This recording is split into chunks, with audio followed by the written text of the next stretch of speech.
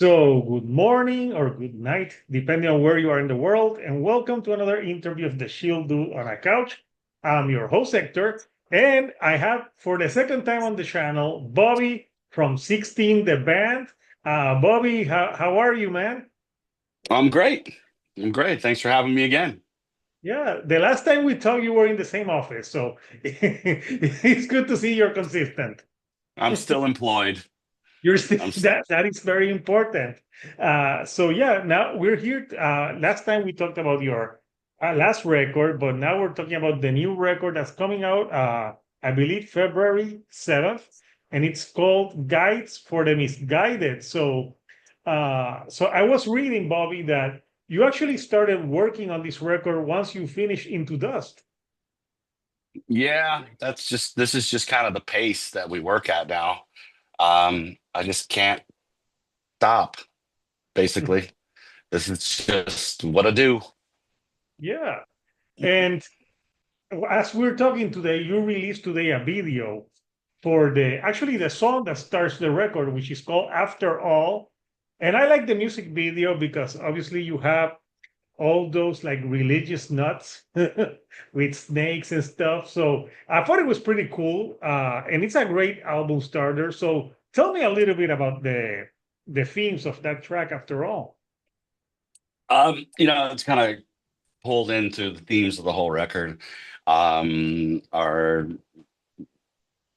my thoughts on dogma and religious dogma, um, the effectiveness and the negative consequences. So almost every song deals with that, and that's just one of them. And I just thought you know, the representation of what we call the snake churches in the American South, where these people handle, um, venomous snakes and think that God's gonna protect them, and they end up getting bit and dying anyways. I just thought need to look and provided some inspiration based on how ridiculous it is at all. Yeah, Yeah. I don't know why I saw the last Beetlejuice movie, and spoiler, I don't know if you've seen it, but I've seen it. well, the character that dies with the poison snake, I just thought of that scene where the poison, and obviously you die. But yeah, it's a great way to start. And I remember the last record and this one. I believe this record is a little. Yeah, turn on the light. You do. Yeah. Yeah, I need to do the clapping. So yeah, I think this album is a little bit heavier than the last one. Correct me if I'm wrong. Uh, not intentionally, but that's just where it landed. So, I like it. I always think everything I do is the best thing I've ever done. That's why I keep doing it. Yeah. Because I keep striving. Um, and that's essentially it. Whether it's heavier, lighter, produced different, there's different circumstances around each record, either life or creative pressure. What can we do but get it done, you know? No, yeah. And on this album, you have two covers. You have a cover for Bad Brains, with Give Thanks and Praises. But I'm cool because you gave it like a sluggier side. So if you don't know it's a cover, it's kind of hard to realize that it's a cover of Bad Brains.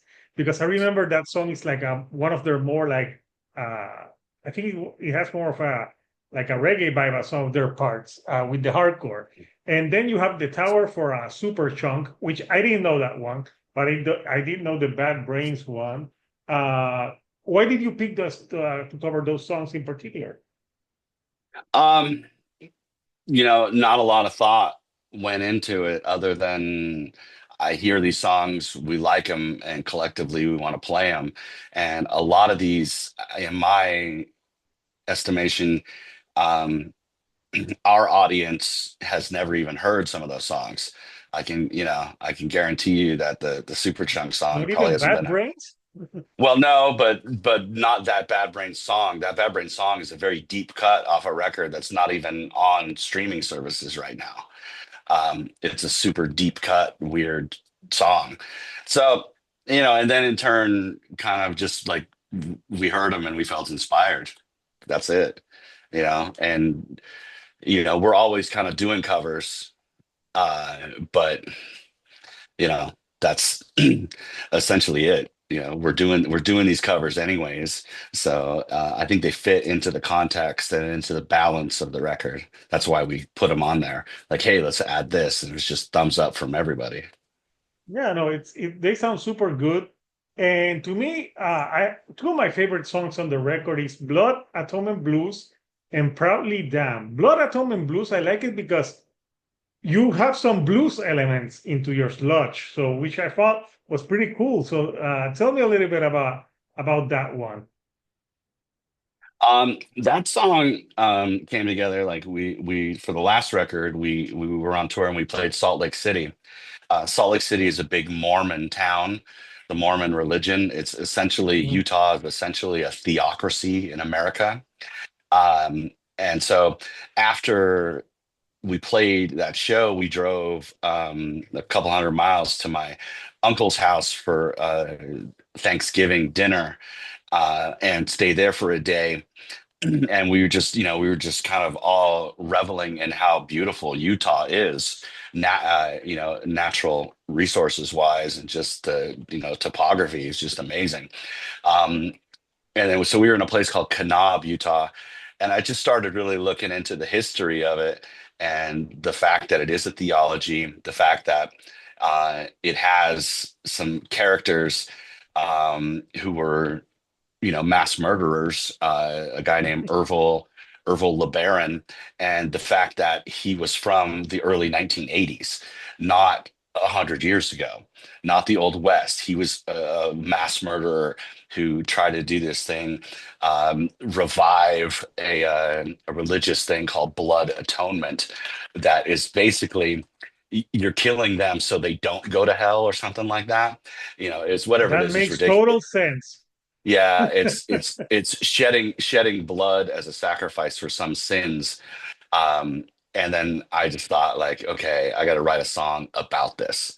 And so I want this epic, slower, powerful song about this ridiculous doctrine and this mass murderer that nobody even seems to know about. That is not from 100 years ago. That's literally from the 1980s and 1970s. No, not even So 50 years yet. exactly. So I thought that deserved a whole song. That deserved a whole song, and I'm super proud of how that turned out. That's like my favorite song on the record, thematically, vocally, and music. It's a stretch for us, but I just still dig it. You know. That's why I picked it because it really stands out on the record. But I like that you're telling me the history of this because this is very interesting. So now I can appreciate it more. And obviously, Proudly Damn is so good as well. And there's a lot of like running themes through this record. Uh, so when you're coming up with the album title for this, because Guides for the Misguided, I love that album title. Like, what does that album title represent to you? Um, it was like I keep lists of things. Write lyrics, keep lists, and it was really I had it on a list, and I share the lists with the guys.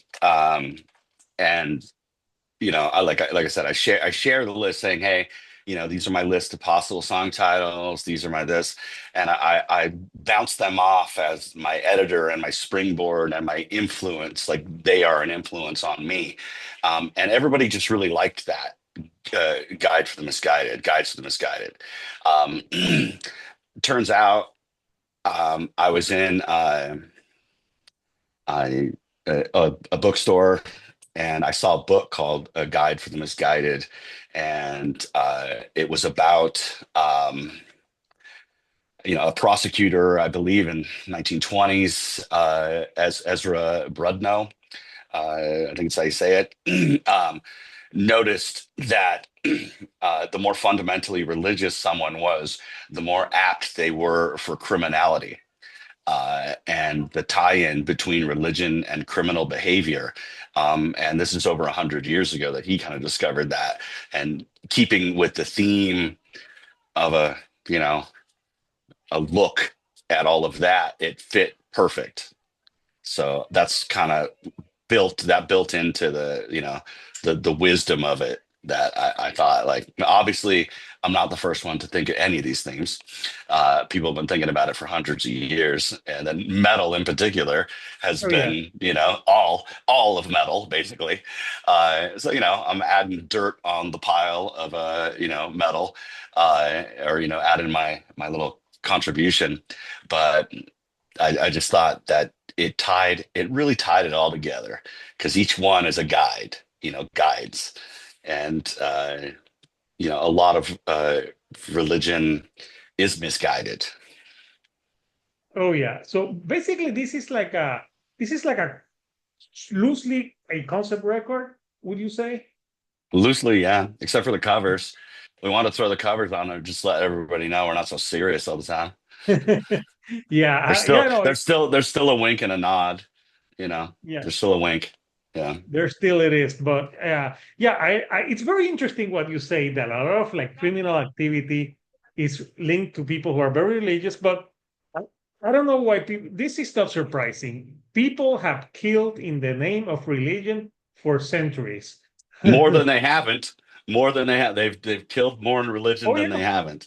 Yeah, yeah. So, the Dark I Ages, all the yep, witches burned, yep, like everything, the conquering of countries.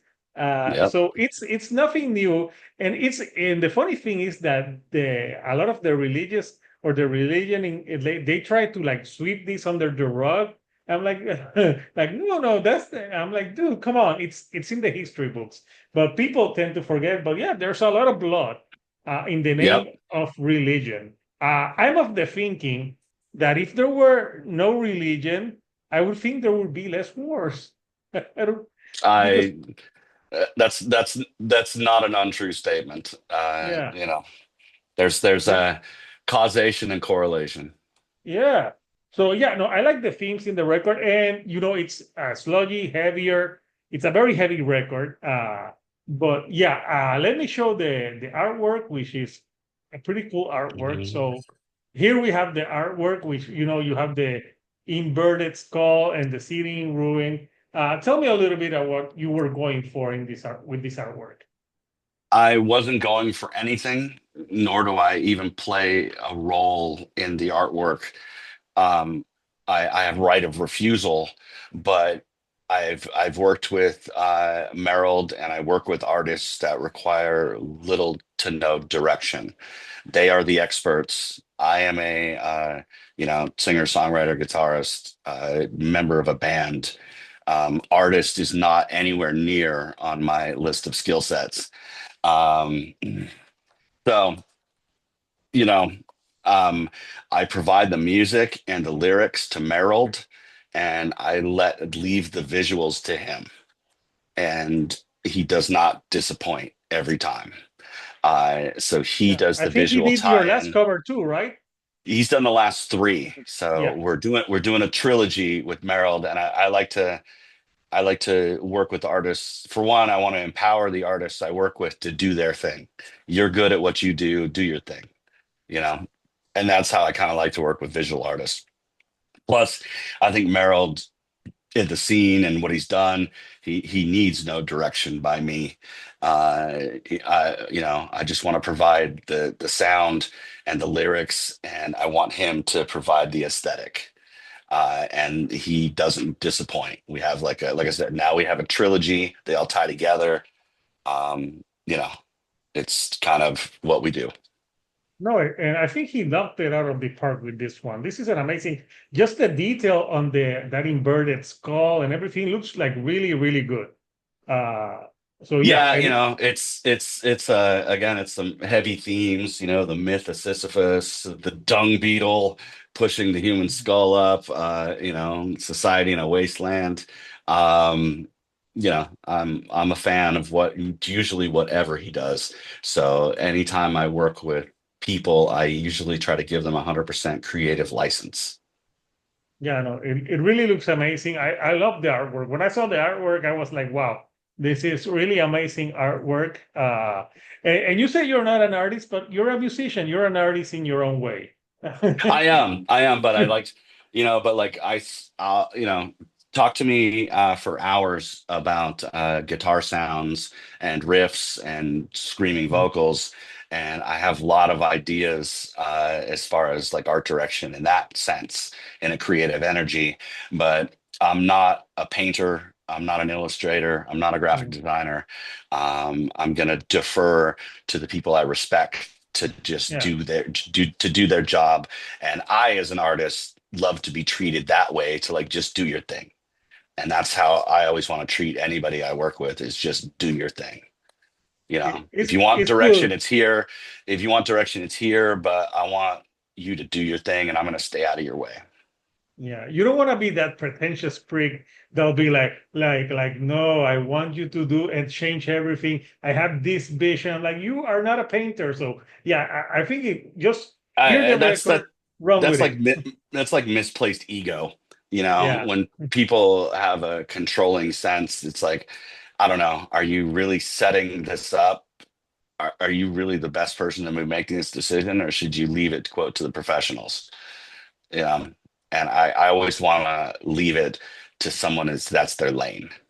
yeah. So the tone of this record and the sludgy tone is really good. Like, what gear do you like? Since you mentioned you love to talk about gear, tell me a lot about your setup, the gear that you like to record with. Um, we use like kind of non, well, I mean, it appears to be like non-metal. Like we use like Fender and Gibson. We do use baritones for the touring, or for the tuning, I should say. So we use like 27-inch scales. Pickups, just very simple pickups, either a super distortion or an EMG 81. Amps. Right now we're using old 70s Laney AOR with no pedal in front of it. EMG pickups get a good, and then I have an orange TH100. We recorded the album with a, a Telecaster. Honestly, I did my rhythm tracks with a guitar that is not metal at all, but I can.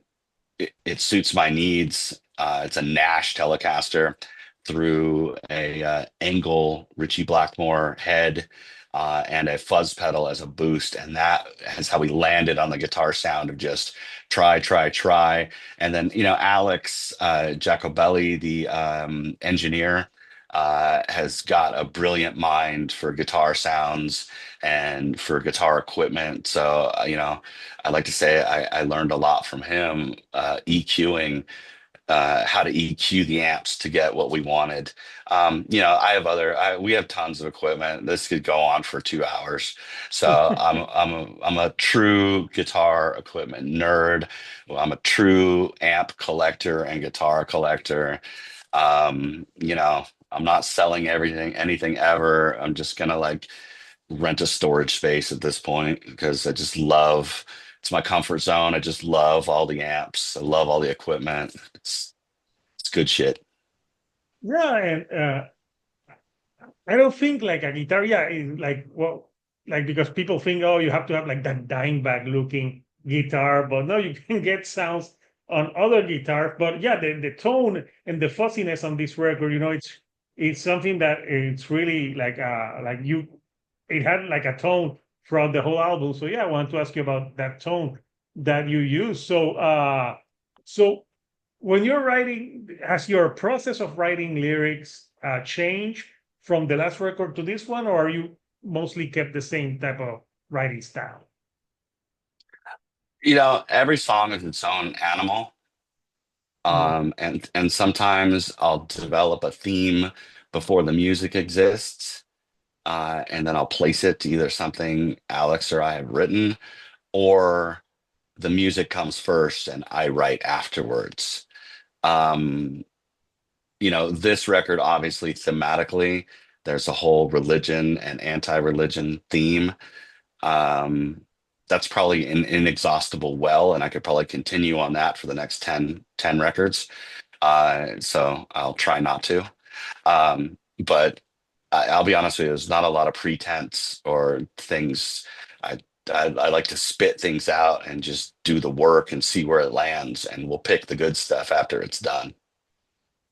Yeah, no, and as long as it sounds fresh, yeah, why not keep doing it? So, once the album is out, are you guys going on tour? What's next for 16? Yeah, I'll be in Europe next week. We'll be there for like Cool. 3 weeks. Italy, Germany, Hungary, Slovenia. We go to Helsinki, Finland. We go to Croatia. Um, good times. Getting back over there for the first time in maybe 5 years. And just kind of there's what I do for a living and to pay the bills, and then I think there's what I honestly feel like I was born to do, and that's play music. So I just, I'm in my element on tour, and just, getting all the uh, having strangers fill the holes in my self-esteem by clapping for my creative efforts. That's external At least there validation. a What can I place that say? doesn't clap, because Yeah, there's some audience that don't clap. they could scream and spit on me too. That's punk rock. I'm cool either way. Just as long as they don't nod. So I know the last time we talked, we did talk a little bit about food. So I'm asking, like, now, because food in Europe is so good, any type of food that you're looking forward to eating while on that European tour? I mean, of course, pizza in Italy. Oh, The yeah. real brick oven. You know, the marguerite. Um, just being in a place that is totally foreign to your normal environment is enough of a culinary adventure. you know, so it's all good. Like I've had some of the best meals of my life at German truck stops, or Oh, Italian truck wow. stops. Yeah, the truck stops in Germany have amazing food. Um, you know, uh, it's just all about being out of your element. I'm in here in San Diego, California. Mexican food is number one in the world here. Yeah, you don't Um, want to the, go eat Mexican food. No, no, Over the there. border, So, yeah. I'm literally like 5 miles from the border right now. So I just kind of look forward to the adventure of it all. And food is like, 25% or 50% of that adventure. Yeah, I'm a foodie as well. So yeah, yeah, at least you're not because it would suck like these American bands or or like people that travel and they go to a McDonald's. I'm like, no, like if you eat some real fucking food while They you're just, over there. I've been with people that just order chicken fingers throughout the whole entire globe. Oh, It's like that's a real narrow way to live. I feel sorry for you. yeah, that would be It's a like if great I big world travel. out there. Yeah, if I travel with my 5-year-old son, that's why he would eat chicken nuggets just in a different scenery.